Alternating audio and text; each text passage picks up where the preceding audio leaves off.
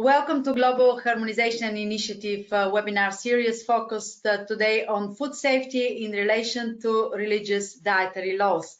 The webinar is actually hosted by the GHI Working Group on Food Safety in relation to religious dietary laws, a group focused on the importance of meeting the needs of religious communities for food that is consistent with their requirements and with the customs of their religion and the religion limitations and differences. This working group of the Global Harmonization Initiative is working to identify and address all of these needs in the respectful way. Let me introduce you myself. I'm Dr. Diana Bogieva, and I'm the GHI Working Group Director. It's my pleasure to welcome you all, and I trust you're all going to have a great and knowledgeable time with us. The webinar will focus on the few specific and very intriguing topics, starting with halal certifiers and the halal questionnaire created by the GHI Working Group of Food Safety in relation to religious dietary laws, followed by addressing the religious food and boundaries, and exploring finally with our speaker specifically halal certifications in Japan as a model case. I'm really pleased to announce our wonderful speakers today. We are starting with Emeritus Professor Joe Regenstein, a professor in the Department of Food Science and head of the Kosher and Halal Food Initiative in Cornell University, United States, and a member of GHI Working Group on Food Safety in relations to religious dietary law.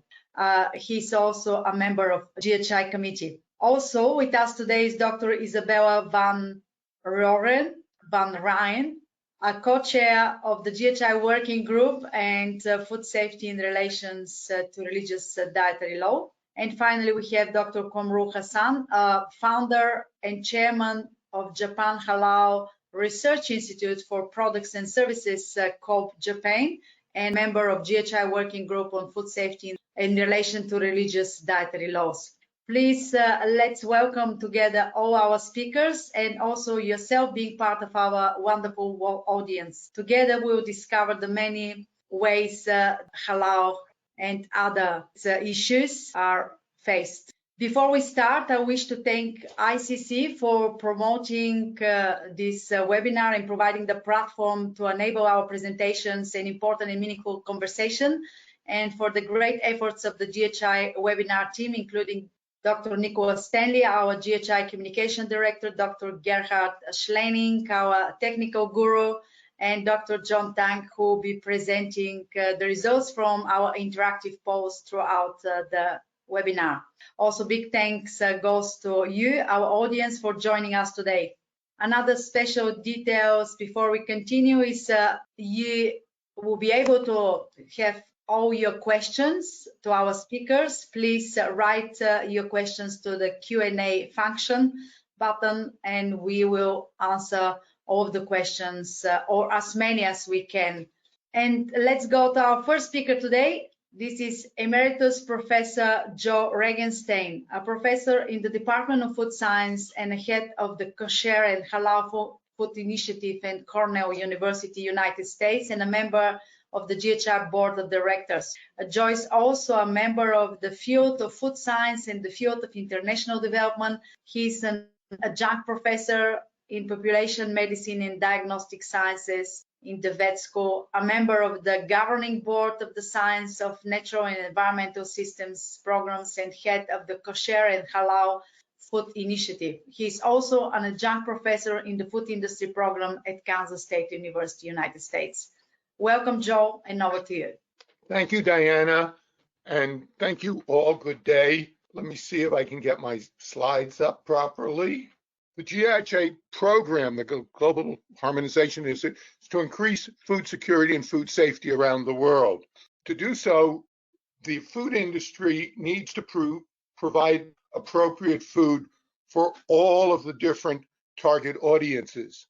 Religious communities in particular have the need for food that is consistent with their religious requirements, so that their food security, their food safety centers around food that also meets these religious requirements. For some of the religions, the these are essentially legal requirements. They are framed in legal terms and have fairly strict rules depending on how strongly they are followed. Others are a little less legal, but still broad and encompassing in what people are prepared to eat. We chose to work first on halal because this is probably the largest and most widely spread group of folks with very strict religious needs, since they are treated as requirements. And in globalization of the food supply, it has become harder to assure the consumer that what they are purchasing is halal. The system that's in place for halal is the use of certifying agencies. That is, a group or person takes on the responsibility of saying and inspecting food for being halal. It may involve religious leaders, it may not. And in some cases, it may be a government function, and we'll talk about that a bit separately. And generally speaking, there is a fee for service. Part of the reason somebody will go into certification is that it is a way of making a livelihood while providing a service to the community. I should say that, and this is a personal opinion, this is not a GHI opinion, I'm concerned about the role of governments in religious food products for two reasons. Governments like to have one standard, but both halal and the Jewish requirements for kosher have many different standards. Each group, each sect, each school, even each religious leader has his or her own opinions on what the rules are when you get to the fine tuning. And that's fine, and that's appropriate. And there is no reason that multiple standards cannot exist. They have existed, and they continue to exist. The industry likes a single standard, but in fact, that is in some ways disrespectful of religious diversity within a religion. And the other thing that always worries me is that governments change. If they've set the standard, a new government comes in, the standards may change. So it's not a stable system as would be with a corporation. Generally, the halal certifiers operate with essentially no supervision. There is a global organization that meets every other year, not sure how COVID has affected it, that is a system of accreditation, has been put in place by a few countries. It is developing, but it is still in its infancy. And we certainly, I think, as an organization, encourage accreditation as a way of helping to bring some coherence and transparency to these systems. And again, as countries have to do more global work, it also helps be sure that the group that is certifying a product coming into the country has at least had some review by somebody. Again, GHI's role is to respect the many different standards, but is interested in being sure the system works efficiently and that the consumer has the access to the information they need to make their personal decisions. So what they need to know is who is behind a certification, where are these certifications, and to then hopefully also begin to understand what the standards are. One of the important points that we have not addressed yet, and it may be addressable, is that a religious agency can have very good standards or have standards that a group considers appropriate, but the art of supervising food also requires competency in going through a factory and understanding ingredient processing. So there's also the need for that background. So you can have a good agency on paper that doesn't work well. You can have an agency with very lenient standards, but really enforces them. And so one needs to keep in mind both issues. So our goal is to make information available. And the way we're doing it is twofold. The first issue is we're developing a list of halal certifiers around the globe with ideally their websites, though some of them apparently do not have websites, or at least we have not ascertained them. So again, those of you in the audience, if you go to our website and you see an agency and you know more about it than we do, please share that information so that we can improve our quality of the information of our listing. The other thing we've done, and we need to do resend it, is we've sent questionnaires to many of the agencies. This was the major task of the work group, is to put together this questionnaire, which is meant to tease out the standards that we believe, and we hope we're close, are the kind of information that a halal consumer would want to know about a certain certifying agency, so that in fact their standards can be more transparent.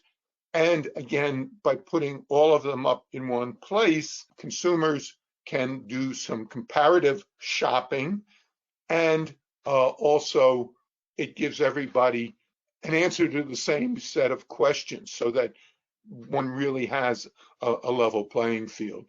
The other thing I'd like to say, and I'm speaking for myself on this one, but I think most of my colleagues would agree, that each agency should have a trademark symbol. In other words, when one looks at a package, if it says halal in English, in Arabic, in the native language, that doesn't tell you who's behind it, in order for a consumer to be able to find that agency and to write to them and ask more details. So one of the things that we're seeing develop, and many agencies do have a trademark symbol, but we are also hoping that we will see more of that. And we also encourage the certifying agencies to identify on their website some of the competencies of their staff.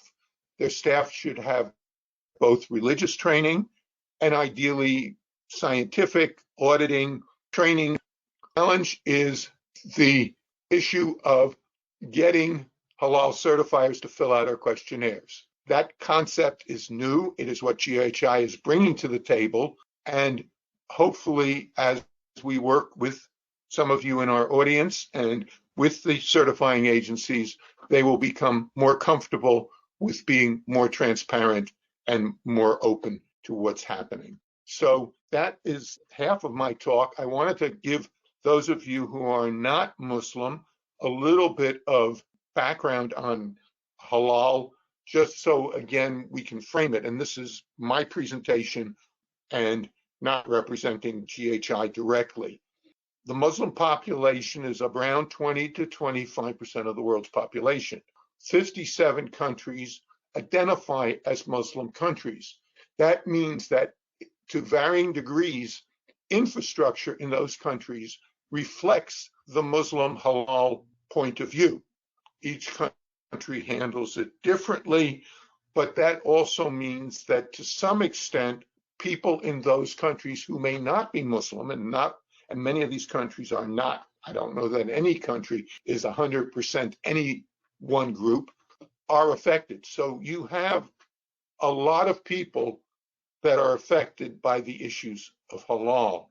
And in those countries, one of the things I've learned is that in many cases, these are handled behind the scenes and the consumers are not as aware of what's actually going on. For those who leave these countries, either in the unfortunate situation as refugees, or even in the more positive as tourists or as students who come to us from these countries to our Western universities, they find themselves all of a sudden having to pay much more attention because it is not integral to their understanding. There are two major groups in Islam. The Sunni are the major group, the Shia are the smaller group. All of them have schools and sects and breakdowns, And so again, this is the internal diversity, the wonderful diversity within the religion that we're trying to protect, but help people understand which agencies are serving which of these groups. These are not up to date, but this again is meant to point out how widely spread the Muslim population is around the world. The Middle East, which is often associated with the Muslim community and is an important piece.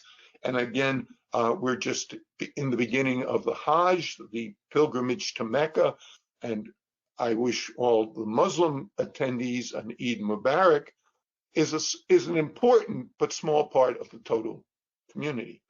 Probably the most important piece of information to understand is that halal foods are not blessed.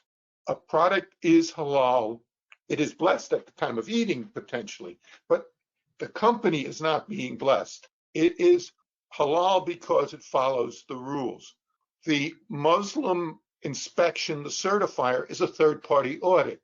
The religious audits of kosher and halal are probably the longest running third-party audit. It means a company is coming in, a certifier, to check that you are following the rules. The exception is, and I won't go into the details of slaughter in this talk, is that each animal is blessed at the time of, or should be blessed at the time of slaughter. I do want to make clear that the word Allah is very clearly the same word as the English word God. In Arabic, Jews and Christians, when they're praying to God, in Arabic, will use the word Allah also. The laws themselves affect a few major areas. They limit certain animals. Ruminants, including the camel, are allowed. Rabbit is allowed. Horse is very limited. And the big absence is pork. Pork is the big no-no. Domestic birds, including ostrich and such, are allowed. The fish, the seafood that spends its entire life in the water is permitted. Other groups, again, though the Quran allows this broad look, many of the schools limit it to more limited areas of seafood. So again, a rich tradition of difference and diversity.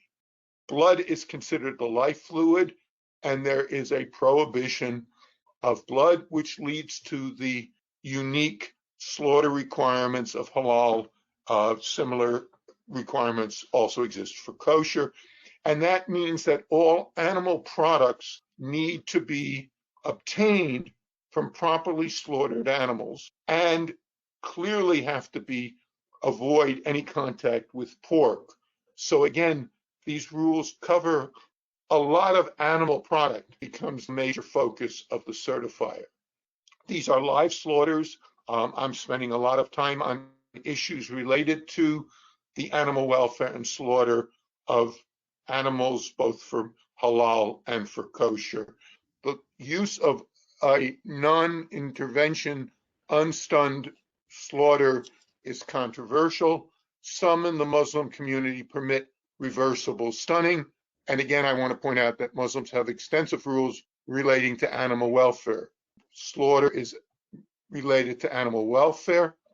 The other important rules center around the prohibition of ethanol and what that means. Certainly, any beverage alcohol is generally prohibited. It is possible to make equipment halal in a food plant that is not halal. Fasting is a focus of Ramadan. It's a whole month of fasting from before sunrise to after sunset, but there is also fasting throughout the year. It is not uncommon for Muslims to fast once or twice a week even. And again, we're currently coming into the holiday, and I'm open to questions, and there's material on kosher and halal available at ift.org.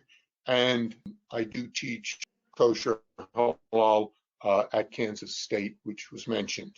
I think that completes my talk. Thank you, Joe. This was a very comprehensive overview of all food diversity rules and traditions related to halal certifications and everything that we need to know. How difficult is to organize unified and transparent regulations for all the countries around the world? Is this possible at all? I don't think it's possible, and I don't think it's desirable. Yeah. I think the important point is to understand what are the desires by the various countries and by the various sects and schools, and to respect the differences even within a country. And of course, in the Western countries, we have people from all of these different traditions. In most countries, even in the Muslim world, people will represent more than one of those schools or sects. And so, again, the goal is not to have a single unified standard, but to respect these differences. And part of that is by providing information and transparency. There's one agency in Turkey that I particularly enjoy what they've done. I think it's a good start. They actually, on most of their certifications, have a checkbox indicating which of the major Sunni schools they are representing. And that, again, provides some degree of information, even at the, in theory, retail product or at a restaurant, of whether, if you are one of those schools, would you want to go into that restaurant or not? Again, I think our role is to help encourage information. Yeah, it's wonderful. What do you think the next steps of the GHI working group on food safety in relation to religious dietary laws should be? What the group needs to focus on? I think we need to continue to try to get more questionnaires filled out, to get the listing of agencies and their websites improved.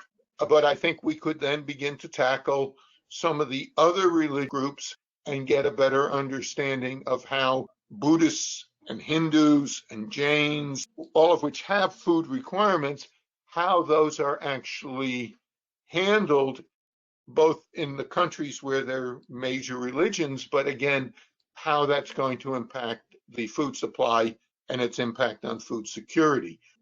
And again, there's also kosher, which has a bigger presence in the food world. So all of those remain available for us to work on. There's plenty to do. Yeah, absolutely. Thank you very much. These are all the questions for now, but please, our audience, write your questions, so we'll answer them in a few minutes after, probably toward the end. And now I think that we are ready for our first interactive poll. Dr. John Tank is going to assist you with the poll and summarize the results. The floor is yours, John. All right, thank you, Dr. Diana and Dr. Joe, for the presentations. So Dr. Gerhard will show the. So now we invite to respond to the poll questions. So for the first 4 questions will be, the GHI is undertaking to help Muslim consumers buy the following. So you can select all that think is the correct answer. So the first one is publishing the email addresses of Muslim certifying agencies. Second one, publishing name and website of Muslim certifying agencies. The third, asking certifying agencies to describe their standards.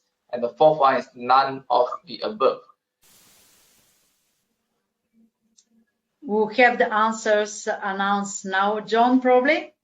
Yeah, okay, all right. So Dr. Gerhard can share the majority answer, asking certifying agency to describe their standards. So second one will be publishing name and website of Muslim certifying agencies, and some Muslim certifying agencies. So there is Thank you, John. First poll question, and back to you, Dr. Diana. Thank you, John. And Joe, I have another question for you. Why do you think our audience wants describing of the of the I think they agencies did not? pretty well. I think they did pretty well. We are not publishing emails because those in some cases go to personal and those keep changing. We felt the website was a more valuable piece of material to publish. Yeah. Okay. So you've done really well then, our audience. Okay, thank you very much. Our second speaker is Dr. Isabella van Rocken van Rijn. She's a co-chair of the GHI Working Group on Food Safety in relations to religious dietary laws. Isabella studied nutrition and health in Wageningen University in Netherlands, where she graduated on the topic implementation of Islamic dietary law in the chain of halal meat by Islamic butchers in the Netherlands. Now, please, Gerhard, Isabella is not going to be with us today because she has any other commitments that needed to attend, but she recorded herself earlier, so you'll be able to listen to her presentation right now. Good afternoon. My name is Isabella van Roekel van Rijn, and today I will give you a short presentation about religious food and boundaries as part of the GHI webinar Food Safety in Relation to Religious Dietary Laws. I will first give you some background about the establishment of our working group. Then I will share something about food safety in relation to religious dietary laws. And then I will give a comparison about the halal boundaries we faced in 2011 compared to what we face 10 years later in 2022. So first I will give you a short background about why we established the working group. As you perhaps read in the short abstract and also in the bio, I studied nutrition and health at Wageningen University. And there I worked on my thesis about implementation of Islamic dietary law at Islamic butchers. And there I found that it was not always the case that when an Islamic butcher was holding a certificate, that you could be 100% sure that the meat you bought was indeed 100% halal. Then I also found that there was no legislation or regulation from the Dutch government because we have a separation between church and state, meaning that the government is not involved in any religious matters, so also not in checking religious dietary laws.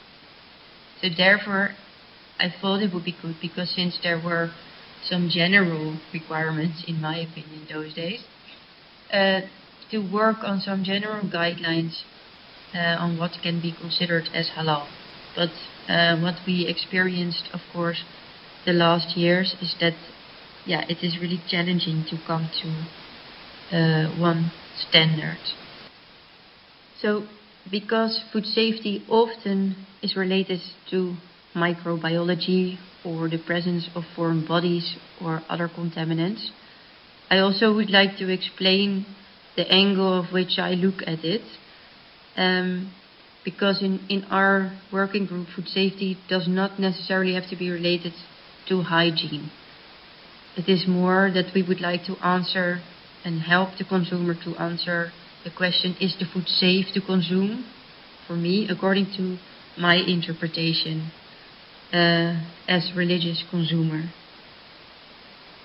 It could also be, for example, that when the food was not properly ritually slaughtered, then a religious consumer may think that it is not safe for him to consume, because he will then be not meeting his dietary prescription, and also he's not eating the food what he should eat according to his religion.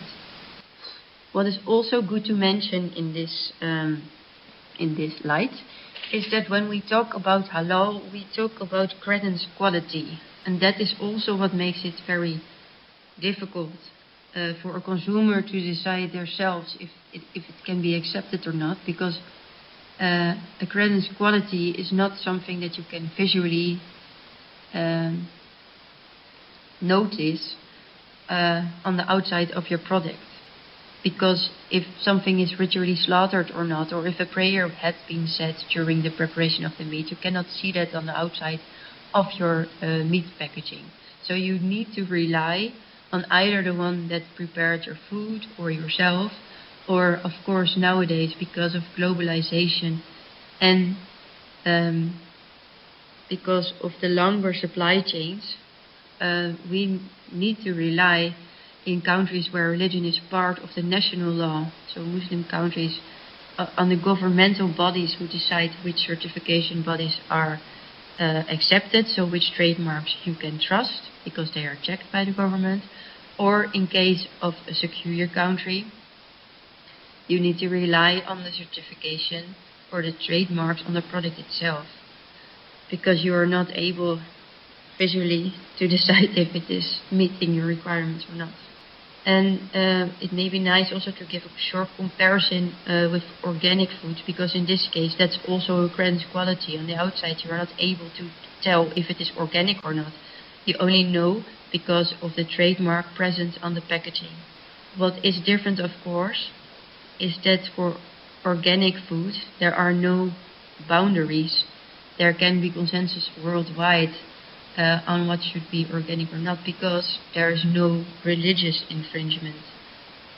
And for halal, that is of course originated from the religion, and there you have this sometimes a different involvement, of course, from the governments when they are superior, and that is making it more difficult to come to harmonized regulation for halal. So if we look at 2011 and what we saw there, when we go back, of course, a long time ago, when migrants also came to the Netherlands, then we saw a shift from in-house production of halal food to production at an industrial scale. And also, of course, this came with several challenges, because when you are producing at an industrial scale, the chain is getting longer. So you need to control more steps in the chain, and also to trust the bigger companies and not the local supermarket or the local Islamic butcher anymore. But nevertheless, they are still there. So it's also local supply versus global supply, but we of course still see that there are local producers and local suppliers, and now there's also of course this tendency that we go back a bit more to local supply, because also of the pandemics and because of the climate change. But what I would like to say with this is that the companies also decided not only to produce for the Netherlands, for example, but also thought that markets abroad could be interesting for them. Those days, halal products were not available in the big secure supermarkets, at least not in the Netherlands. They were mostly available in local supermarkets owned by Muslims or at Islamic butchers. There was no consensus on the European level regarding halal requirements, other than what has been laid down in the Codex Alimentarius. There were several attempts to harmonize halal requirements, and these attempts were initiated by the Dutch Standardization Institute, but also by the European Standardization Institute. But nevertheless, they were not successful in this. It was very difficult for them to come to consensus between all religious leaders and the certification bodies. So that failed. Those days, what was also interesting is that the discussions were not really about what should be halal, but also about animal welfare. So there was also a lot of discussion, at least in the Netherlands, between the secular and the religious parties in the Netherlands about ritual slaughtering and if it should be stomped or not. And there was also some discussion about is a bit of alcohol allowed or not, and products that were mentioned those days, the focus was really on meat, alcohol, and the provision of pork meat. Certification bodies did not take into account the whole supply chain. I think that's also worthwhile to mention, and I will show that later on in a nice slide. Halal became a marketing trend those days, so leading to companies, non-Muslim companies, also to start producing halal products without knowing very well what they were doing, but only inspired by the enormous growth of the Muslim population those days. And that also led to some rejections at the border, and that was not only because they did not know exactly to what requirements they should produce, but it was also not clear at the governments what could and could not be accepted.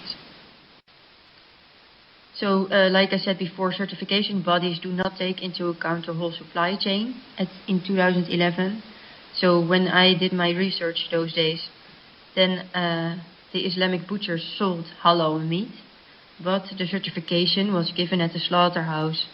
So you can imagine that if an Islamic butcher is still mincing the meat with another type of meat which is not halal, then there can still be contamination, making the food unfit for consumption, while they do have a certificate from the slaughterhouse. So the certificate was given at a different point in the supply chain than they should have been given. And for the halal, as a marketing trend, I thought it was a funny picture, and of course this should never be the case. But there were some companies who thought it would be really nice to dive into this marketing trend. And then this story is that there was a Chinese restaurant where they that the neighbor had a halal on his window, and then they thought, okay, then I will put halal on my window as well, and then perhaps I will sell more. But of course, this is not helping, because there should never be pork in halal products. These are some Dutch articles from those days. It says that halal meat is not halal enough. I know that it is in Dutch, so therefore I am translating it.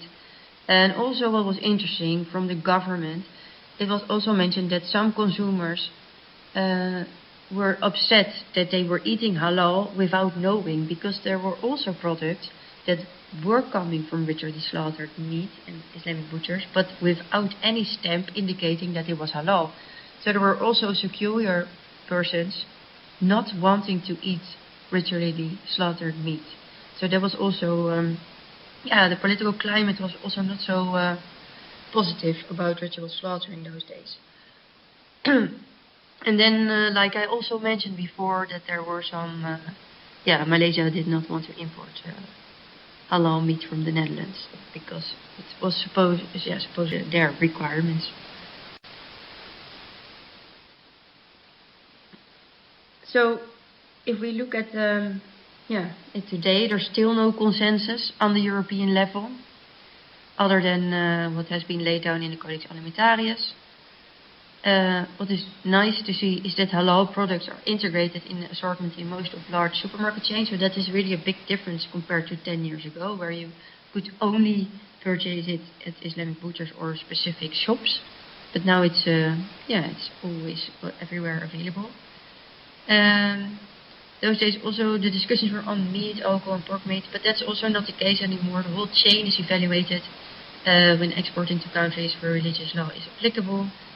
And I think what may be nice to mention is that we can make a distinction between a food that is already fit to be consumed, so that in its nature it's already halal, but because of long supply chains it needs a halal certificate or stamp, because it could be contaminated during the supply chain.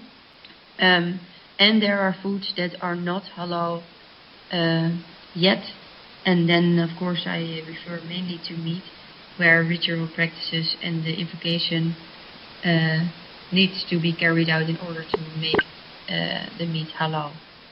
And then in addition, it's it's not only the supply chain, but also the whole production chain and process is being evaluated in order to claim that something is halal or not.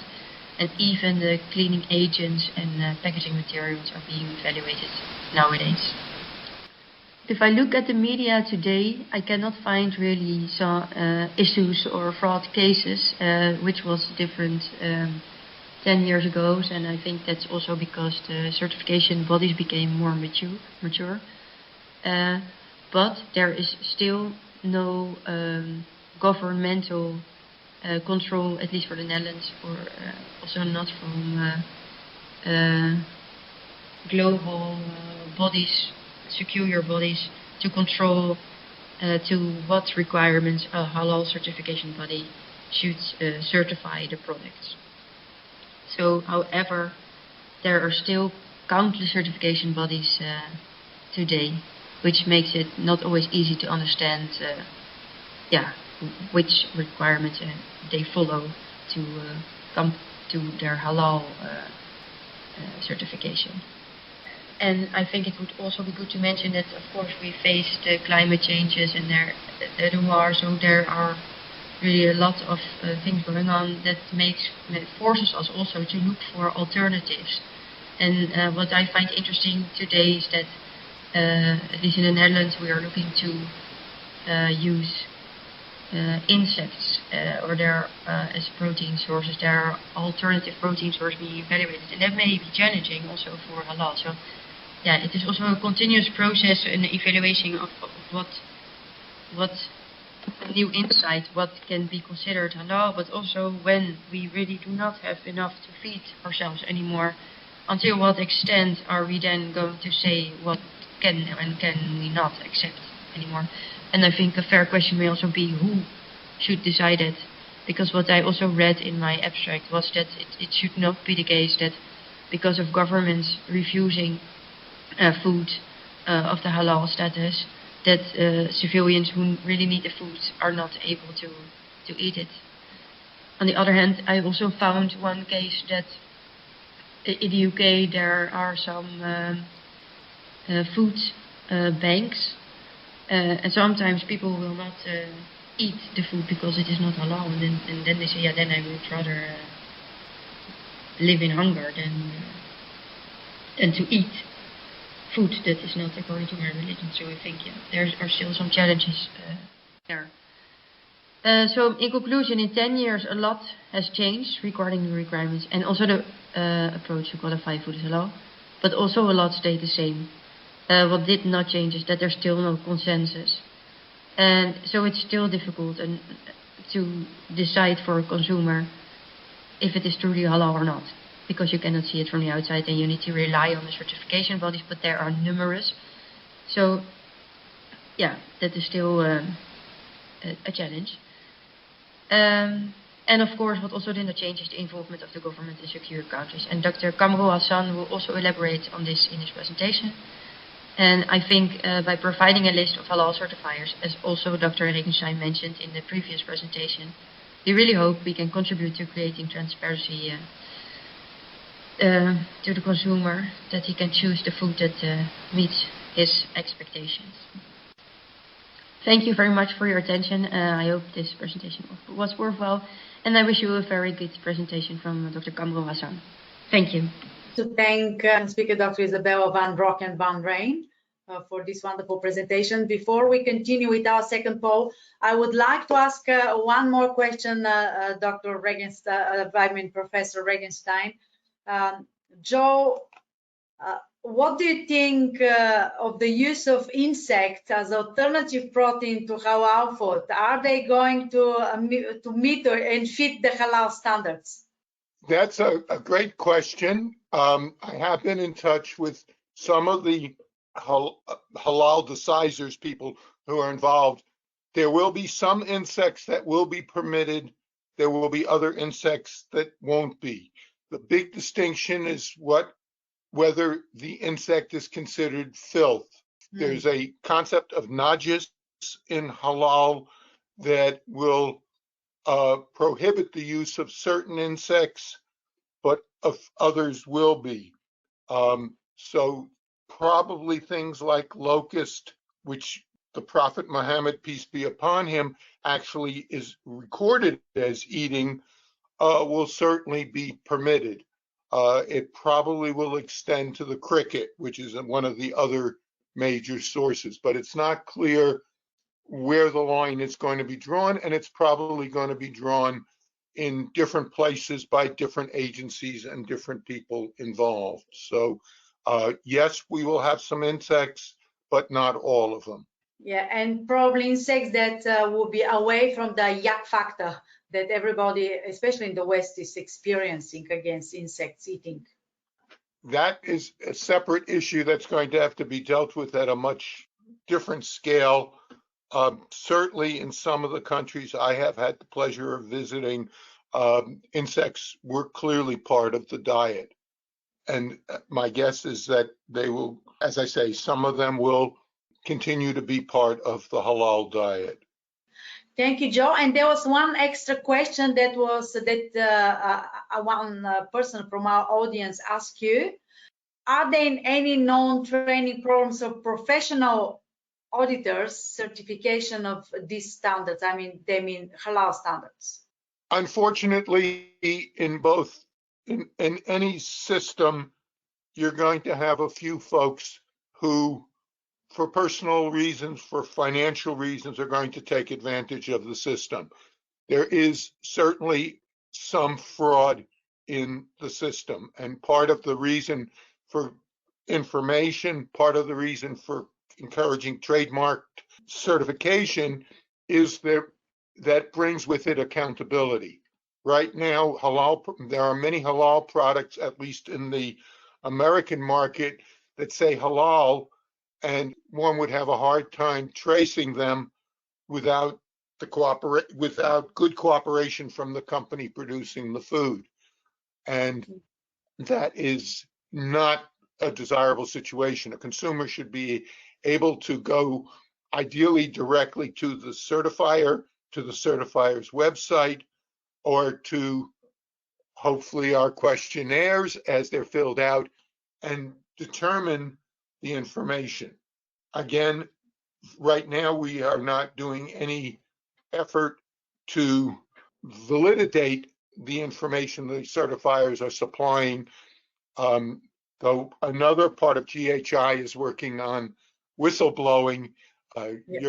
Some of our people on the audience are aware of that, and obviously if someone becomes aware of a certifying agency miscertifying food, that is certainly something that could also be anonymously presented to us through that mechanism. Thank you very much. Obviously, lots of questions to be answered in the future and lots of research to be done. Let's go to our second interactive poll. Again, with us will be Dr. John Tang. Over to you, John. Okay, thank you, Dr. Diana. 4 questions. A single and harmonized global halal standard may not be possible due to the reason listed below. So the first one, the different interpretations from 4 Islamic schools. Second, competitions among the leading Muslim countries. The third, lack of consensus among the Muslim countries. And the fourth, lack of initiative. So you may respond 1 minute from now. So the results for the second poll question. Okay, so majority answer the different interpretations from 4 Islamic schools. And the second one, lack of consensus among the Muslim countries, 31%. Fourth, the third is lack of initiative, 17%. So the least is the competition among the leading Muslim countries at the 2%. So majority think the different interpretations from 4 Islamic schools, cannot be standardized among the global halal standards. Right, so enough for the webinar. Thank you. Thank you, John. And now we have Dr. Komru Hassan, who is our final speaker. He's the founder and chairman of Japan Halal Research Institute for Products and Services at COPE Japan, and a member of GHI Working Group on Food Safety in relation to religious dietary law. Over to you, Komru. Thank you, Diana. It's a pleasure to be the speaker in this platform. So my appreciation to GHI as well as ICC, who are really helping us for this. Good morning, good afternoon, good evening. I am sure there are so many countries joining. So thank you all for staying with us.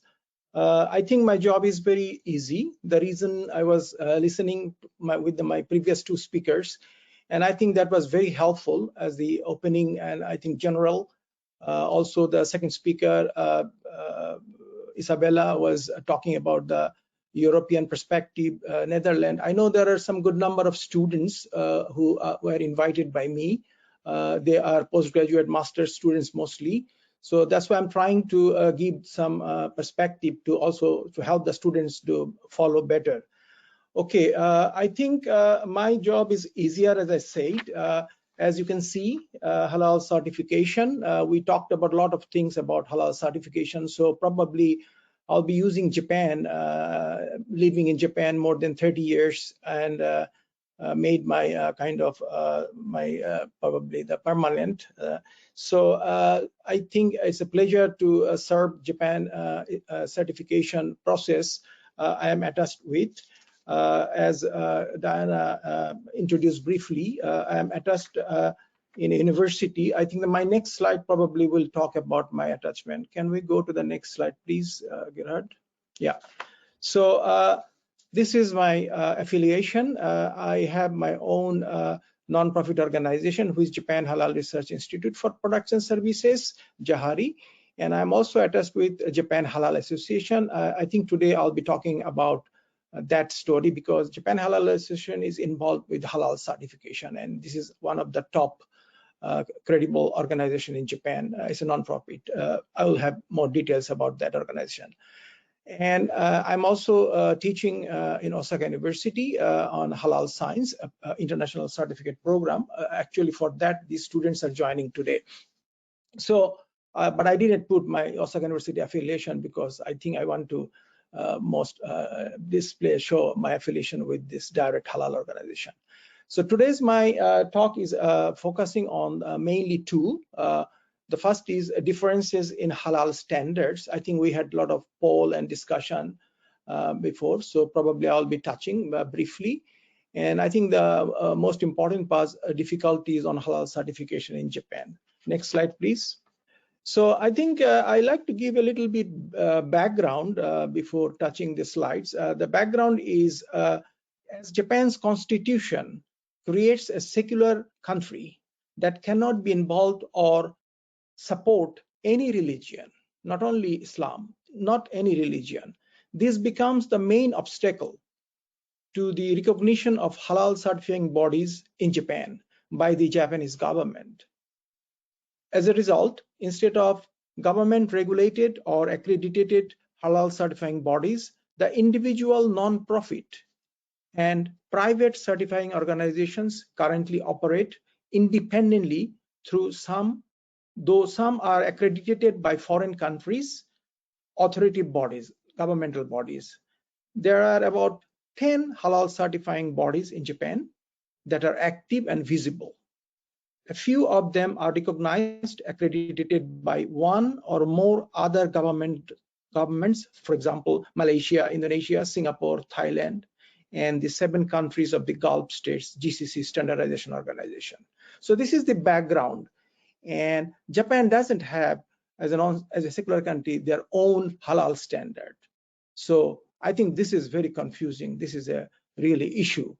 And to help you to understand the picture in Japan, unlike Australia, even Netherlands, the Muslim population in Japan is very tiny.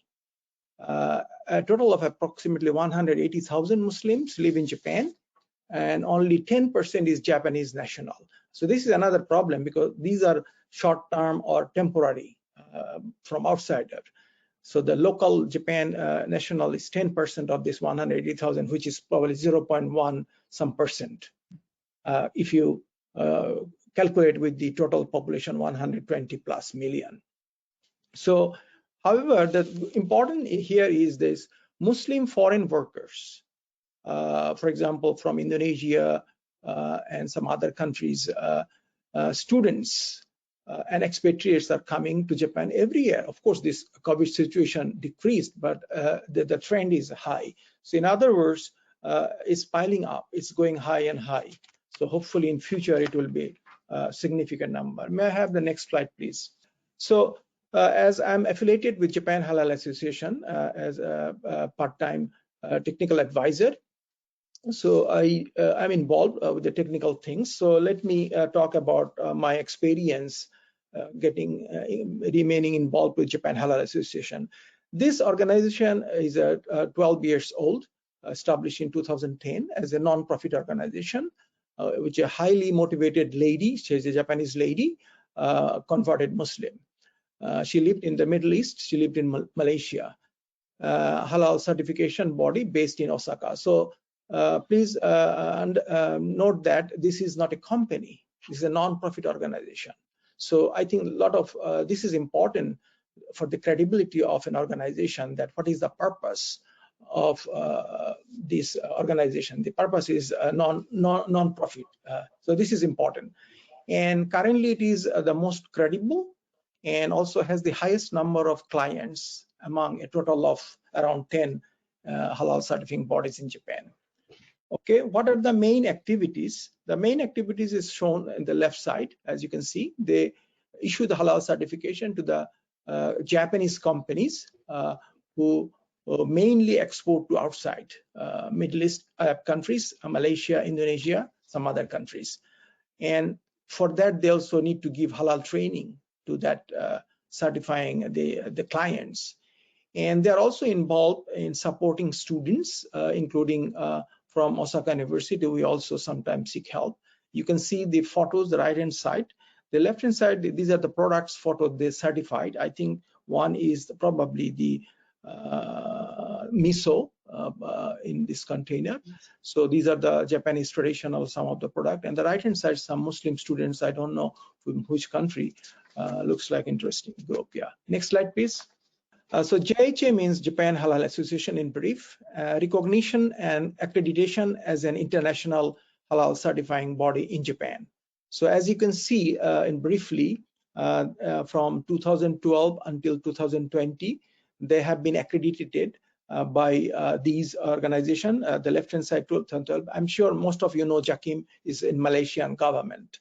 And then Singapore, MUIS 2013 is a Singapore. Also government. And then I think this is Gulf 7 countries. This is 2016. And 2017 ESMA, which is United UAE, it's also government. And then 2018 CICOT is Thailand. I think the government backs this Thailand organization. And then this is Indonesia MUI 2019, they got accredited GHI.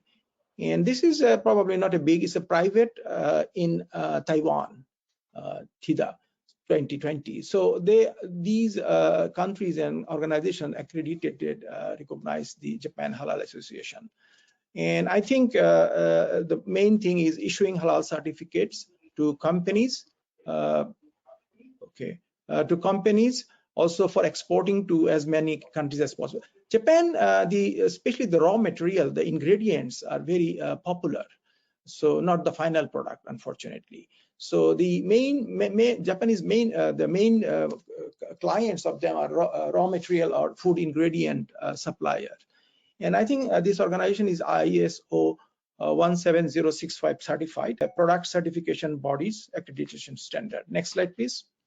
So this is important. How do they do the job? In brief, it is given here. As you can see, the flow. The first few steps until the application for certification. Before that, report on result on pre-inspection. These are the beginning are for the new client. If the applicant is new, not renewal, they start with the interview and then collect the required information in documents, and then the auditor goes to inspect status. So there is a pre-inspection, not the real audit. And then there is a report on the pre-inspection. It's doable or very difficult. Based on that, they recommend that, yeah, you can apply for certification. So this is for the new. However, there are so many renewal. For the renewal, it starts from here, application for certification. And I think the red shown in red, document audit, this is very extensive process. They ask for the documents, and it's inside office they receive, and they check everything and then ask questions, clarifications, very intensive. And then if there is something wrong, it goes as a non-conformance report, corrective action on the documents, and then it goes to the on-site audit after the correction with the Sharia Islamic expert and also the technical person like me. And then most of the cases they find some small corrective action, so they advise and then they correct. And then there is a meeting, usually a month, which I also attend. Their discussion among the religious expert as well as the technical expert. And once it is approved, then it goes, they issue the halal certificate. So this is the process. Next slide, please. Okay. Yeah. So this is the result till last year. As you can see, the number of their clients, they did the halal certification on raw material, as I mentioned earlier, basically in food. Probably food is mostly, in some cases it is pharmaceutical and some also cosmetics, total 65 halal certification. And then consumer products, 51. This is the final product. Restaurants, kitchen, halal restaurants, kitchen, especially in the airport. I think some of the big airports, total 7. Logistic warehouse, 4. And there is one slaughtering house. They export, I think, Malaysia and also the Middle East Arab countries. Next slide, please. Next slide will be talking about the differences in halal standards. I think that's important. Country has their own halal standard, and I think the leading countries, the popular countries, are based on the Muslim population. One is the Malaysia, Indonesia, and also the OIC, Gulf, GCC, and then UAE. So these are several countries. They are actually kind of dominating this. So each country has their own halal standard. And I think GHI is involved, Japan Halal Association, because Japan doesn't have a single standard. So based on the exporting countries' need, for example, if the Japanese company export to Malaysia, they follow Malaysia standard. If it is to Indonesia, Indonesian standard. There are some minor differences between Indonesia and Malaysia, although these are two Muslim countries. And when it goes about the Gulf or Arab countries, one example is the stunning is not accepted. Malaysia accepts stunning. So the slaughtering varies.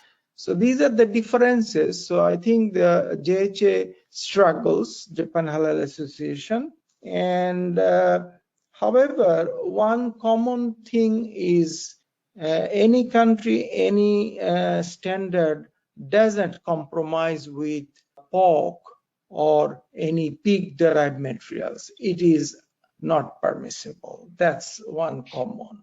However, in alcohol, in the case of alcohol content in food or non-beverage product, for example, sometimes it's fermented products, Japanese culture like miso and then soy sauce. The country has slight differences of the content of alcohol acceptance. About the slaughtering method, as I mentioned earlier, of permissible animals, for example, cow. Stunning, some country allows stunning, some country don't. So there is a variation. So these alcohol content in the food variation and the slaughtering method variation, I think these are the two key which makes complicated in the halal standards. Let me proceed. Then the next slide, we'll be talking about the halal certification source of information, because the certifying body needs the information, very important. One is halal standard, which is already available from each country. So the halal standard of which is already published, that is one source of information. And then again, when it doesn't cover, then it goes to fatwa. Fatwa means this is experts in Sharia. They collect the information and they make the decision. So in GHA, there are three members to issue fatwa as such. Refers to fatwa of other Muslim countries, for example, mainly Malaysia, sometimes Indonesia. All halal standards differences are less likely than 10% only. This is good. They found out that the differences are less than 10%. So it is adjustable within the HCB, for example, by GHA. Next slide, please. Okay, so GHA is developing their own halal standard, not necessarily accredited by Japan government, but they can do they can use for their purpose. So at this point they have two standard as seen, JHAS 1002/2029 and the other one, and one is for the products, the other one is slaughtering, and they use the reference from these MS means Malaysia and HAS means Indonesia, and I think GS for Gulf countries. So these are the references they follow to develop their own or thing. Next slide, please. I think I am probably taking longer time, whatever the reason. Let me try to finish quickly. I think I'll skip this. Next slide, please. Yeah, difficulties of halal certification in Japan. So next slide, please. The difficulties comes basically the I think from 1 to 4 you can see. We discussed this a lot, but we could resolve these things, issues. For example, very interesting one is when a bacteria is coming from a human body, is it halal or not? Anyway, I don't have time to discuss that, but we solved it. And I think number 3, I like to share one slide later. If the lanolin is from live animal wool or dead animal. So depending on that, it can be halal, it cannot be halal. And I think the tough issue is the limitation of ethanol residue in the food product, which is difficult to come with a common. Next slide, please. You will be seeing the next slide, lanolin, which is from wool, wool grease they call. I think it's very beautiful. As you can see, the sheep, I think is wool is being taken from a live sheep, and this become wool grease and refined lanolin. It looks very beautiful, and these are quite being used in the cosmetics and also in food. And according to the Jakim, Malaysia and MUI fatwa, I mean it is not mentioned in the halal standard, the fatwa. So it must be from a live animal. So it's straightforward. Next slide, please. So I think the next slide will be talking about the challenges. I think next 2 slides probably mostly I'll be covering within a minute. Challenges in Japan, a limited number of Muslim professionals. No, slide before. Yeah, limited number of Muslim professionals, auditor, technical, Sharia, because population is very low. So it's very difficult. There is no fatwa committee in Japan. Not many halal sources of raw materials for products. So it is very difficult to source raw material. The requirements of each country differ. I think we mentioned before, because the halal standard is different. And fake certificate, fake logo in the exporting country. From the departure, it is fine. But once it reaches the exporting country, in some country, they change the logo or the certificate. So that's also a headache for, as you can see this cute right-hand side, headache for GHA, how to control this. Next slide, please. But the thing is, this is amazing. I like this chairwoman. She thinks this is not a problem. It's worth to have a headache. In return for the challenges, JS's satisfaction is halal products go around the world and reach the Muslims. So it's the satisfaction by this organization. And they say that we can create opportunities for our future generation. She has 3 children.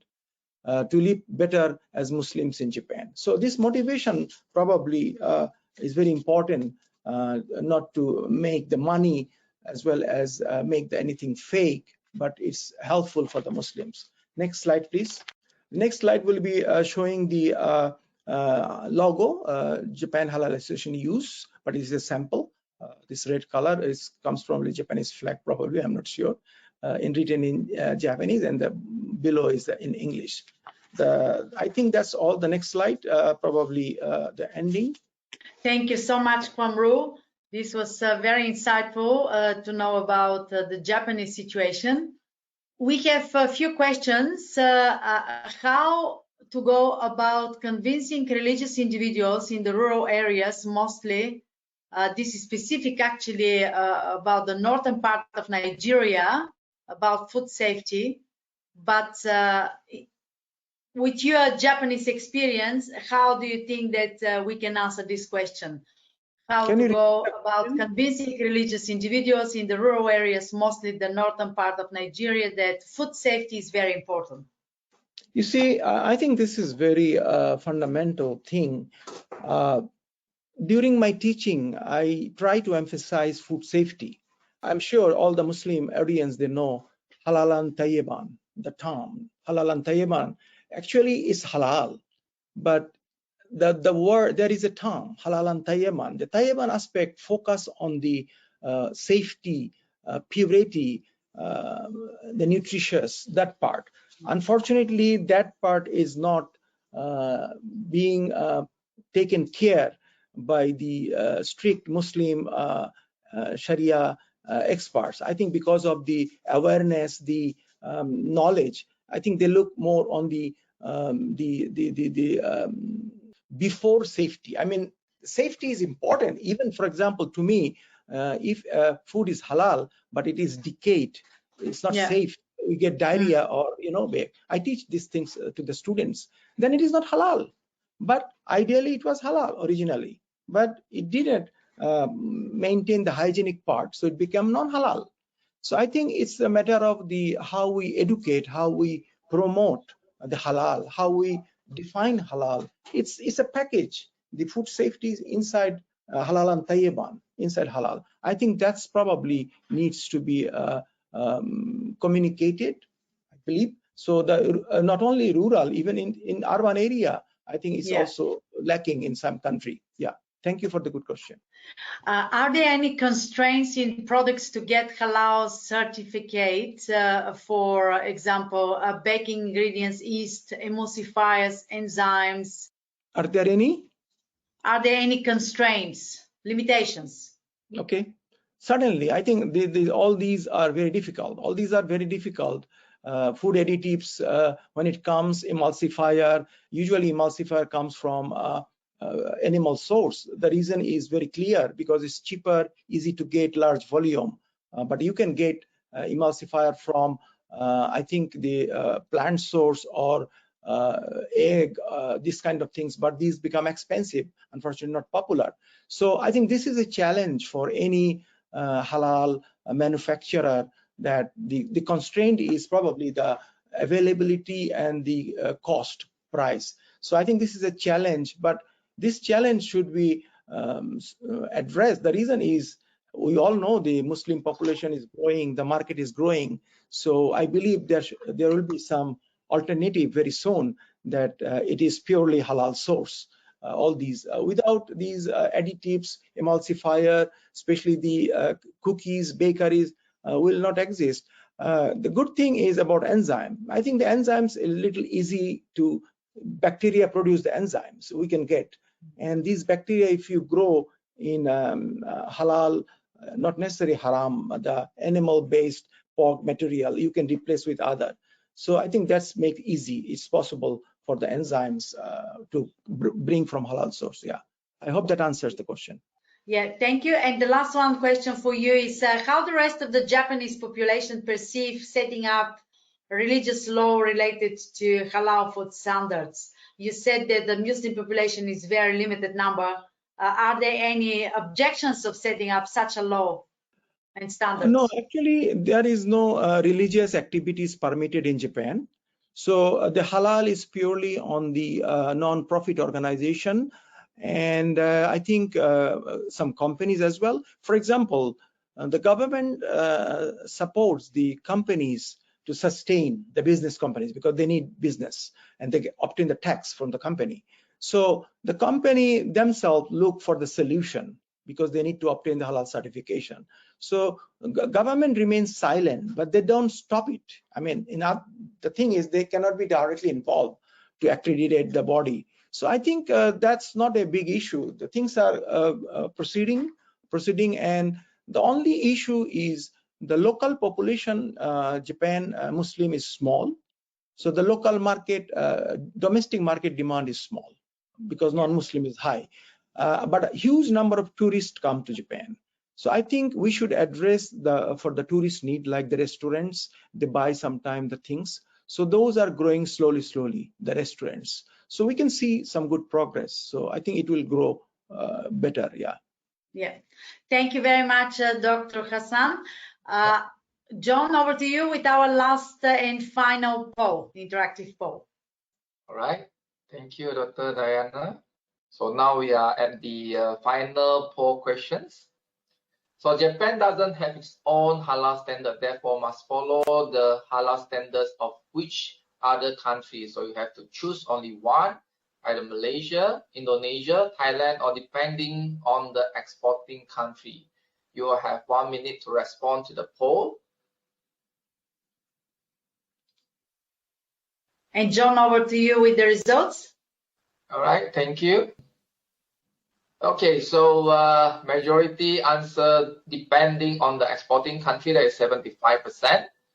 Second, Malaysia. Third, Indonesia, and no one answer on the Thailand. So maybe Dr. Kamru can respond on this. So over to you, Absolutely. Dr. Diana. Thank you. Are they right, our audience? It depends actually on the exporting country or not? I think the correct answer is depending on the exporting country. As I was explaining, that GHI struggles because depending on the exporting country, they need to adjust. There are small minor differences, they adjust. Yeah, that's the correct answer, best answer.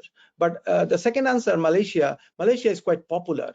So that's probably confused the audience to answer. The correct answer is depending on the exporting country. Yeah, thank you. Fantastic. Thank you very much. Thank you for all our speakers today. Emeritus Professor Dr. Joe Regenstein, a professor in the Department of Food Science and head of the Kosher and Halal Food Initiative at Cornell University, United States, and a member of the GHI Working Group on Food Safety in relation to religious dietary laws, and also a member of the Director Boards of GHI, Dr. Isabella van Rocken van Brain, a co-chair of the GHI Working Group on Food Safety in relation to religious dietary law, and Dr. Komru Hassan, founder and chairman of Japan Halal Research Institute for Products and Services at COP Japan, and a member of GHI Working Group on Food Safety in relation to religious dietary laws. You were all very wonderful. Excuse us for the technical difficulties you experienced due to the webinar, but this is the challenges of the live shows. Despite this, we have learned a lot about food safety in relation to religious dietary law, and this knowledge is just the beginning of more comprehensive knowledge for all of us. Again, huge thanks to all the people in our team that have worked hard to make our webinar to come true. Thank you, Dr. Nicholas Stanley, our GHI Communication Director, for putting all the bits and pieces for the webinar together. Dr. Gerhard Schleining for all the invaluable technical and other assistance. Thank you, Gerhard. And Dr. John Tang for helping us with our interactive polls. Thank you, John. Thank you for your great help. Thanks goes to all of our audience being part of our food safety in relations to religious dietary law webinar journey. Thank you for being with us today, and see you in our next webinar. Stay safe, healthy, happy, and curious. Goodbye from me, Diana Bolivar.